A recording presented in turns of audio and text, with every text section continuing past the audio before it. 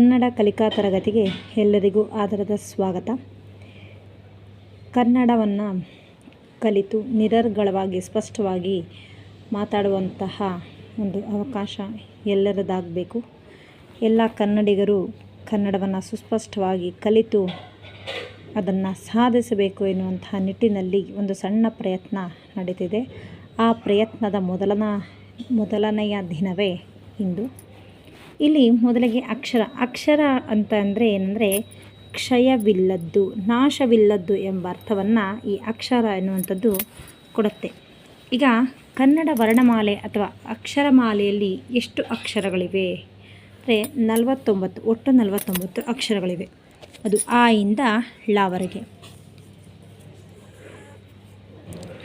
ಅ, ಆ, ಇ, ಈ, ಉ, ಊ, ಋ, ಎ, ಐ, ಒ, ಓ, ಔ, ಅಂ, ಅಹ, ಕ, ಖ, ಗ, ಘ, ನ, ಚ, ಛ, ಜ, ಝ, ಞ, ಟ, ಠ, ಡ, ಢ, ಣ, ತ, ಥ, ದ, ಧ, ನ, ಪ, ಫ, ಬ, ಭ, ಮ, ಯ, ರ, ಲ, ವ, ಶ, ಷ, ಸ, ಹ, ಳ. ಹೀಗೆ 49 ಅಕ್ಷರಗಳನ್ನು ಒಂದೊಂದು ಅಕ್ಷರಕ್ಕೂ ತನ್ನದೇ ಆದಂತಹ ಒಂದು ಧ್ವನಿ ಇದೆ. ಅದೇ ರೀತಿ ಆ ಒಂದು ಅಕ್ಷರವನ್ನು ಉಚ್ಚಾರ ಮಾಡುವಂತಹ ಒಂದು ವಿಧಾನವೇ ಬೇರೆ, ಮತ್ತೊಂದು ಅಕ್ಷರವನ್ನು ಉಚ್ಚಾರ ಮಾಡುವಂತಹ ವಿಧಾನವೇ ಬೇರೆ. ಅದರ ಒಂದು ವಿಸ್ತಾರವಾದಂತಹ ವಿವರವನ್ನು ಮುಂದಿನ ತರಗತಿಗಳಲ್ಲಿ ನೋಡೋಣ. ಈಗ ಈ ವರ್ಣಮಾಲೆಯಲ್ಲಿ ವಿಧಗಳಿವೆ. ಎಷ್ಟು ವಿಧಗಳಿವೆ? ಸ್ವರಗಳು, ವ್ಯಂಜನಗಳು ಮತ್ತು ಯೋಗವಾಹಕಗಳು 3 ವಿಧಗಳಿವೆ. ಈಗ ಸ್ವರಗಳ ಬಗ್ಗೆ ತಿಳಿಯೋಣ. ಸ್ವರಗಳು ಅಂದರೆ ಏನು?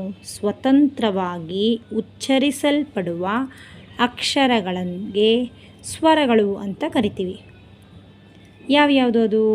ಅ, ಆ, ಇ, ಈ, ಉ, ಊ, ಋ, ಎ, ಐ, ಒ, ಓ, ಔ ಇವನ್ನು ಸ್ವರಗಳು ಅಂತ ಹೇಳಿ ಕರಿತೀವಿ. ಈ ಸ್ವರಗಳಲ್ಲಿ 2 ವಿಧ ಇದೆ. ಅದು ಹ್ರಸ್ವ ಸ್ವರ ಮತ್ತು ದೀರ್ಘ ಸ್ವರ ಅಂತ. ಹ್ರಸ್ವ ಸ್ವರ ಅಂತ ಹೇಳಿದರೆ ಏನಂದರೆ ಒಂದು ಮಾತ್ರ ಕಾಲದಲ್ಲಿ ಉಚ್ಚರಿಸಲ್ಪಡುವ ಅಕ್ಷರಗಳಿಗೆ ಹ್ರಸ್ವ ಸ್ವರ ಎನ್ನುವರು.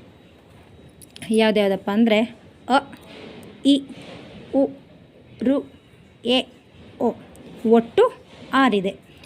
ಈ ಒಂದು ಅಕ್ಷರಗಳನ್ನು ಉಚ್ಚಾರಣೆ ಮಾಡಬೇಕಾದ್ರೆ ತುಂಬ ಸಮಯ ನಾವು ತಗೊಳ್ಳೋದಿಲ್ಲ, ಬೇಗ ಹೇಳಿಬಿಡ್ತೀವಿ. ಅ, ಇ, ಉ ತುಂಬ ಹೊತ್ತಾಗಲಿಲ್ಲ ಅಲ್ವಾ? ಒಂದು ಮಾತ್ರ ಕಾಲದಲ್ಲಿ ಇದನ್ನು ಉಚ್ಚಾರ ಮಾಡೋದ್ರಿಂದ ಹ್ರಸ್ವ ಸ್ವರ ಅಂತ ಕರಿತೀವಿ. ಮತ್ತು ದೀರ್ಘ ಸ್ವರ ಅಂತ ಅಂದರೆ ಏನು? 2 ಮಾತ್ರ ಕಾಲದಲ್ಲಿ ಉಚ್ಚರಿಸಲ್ಪಡುವ ಅಕ್ಷರಗಳಿಗೆ ದೀರ್ಘ ಸ್ವರ ಎನ್ನುವರು. ಈ ಅಕ್ಷರಗಳನ್ನು ಉಚ್ಚಾರ ಮಾಡಬೇಕಾದ್ರೆ ಸ್ವಲ್ಪ ಸಮಯ ಹೆಚ್ಚು ಹಿಡಿಯುತ್ತೆ. ಆ ದೀರ್ಘವಾಗಿ ಉಚ್ಚಾರಣೆ ಮಾಡ್ತೀವಿ. ಈ, ಊ, ಎ, ಐ, ಓ, ಔ ಅಂತ. ಈ ದೀರ್ಘ ಸ್ವರಗಳು 7 ಇವೆ.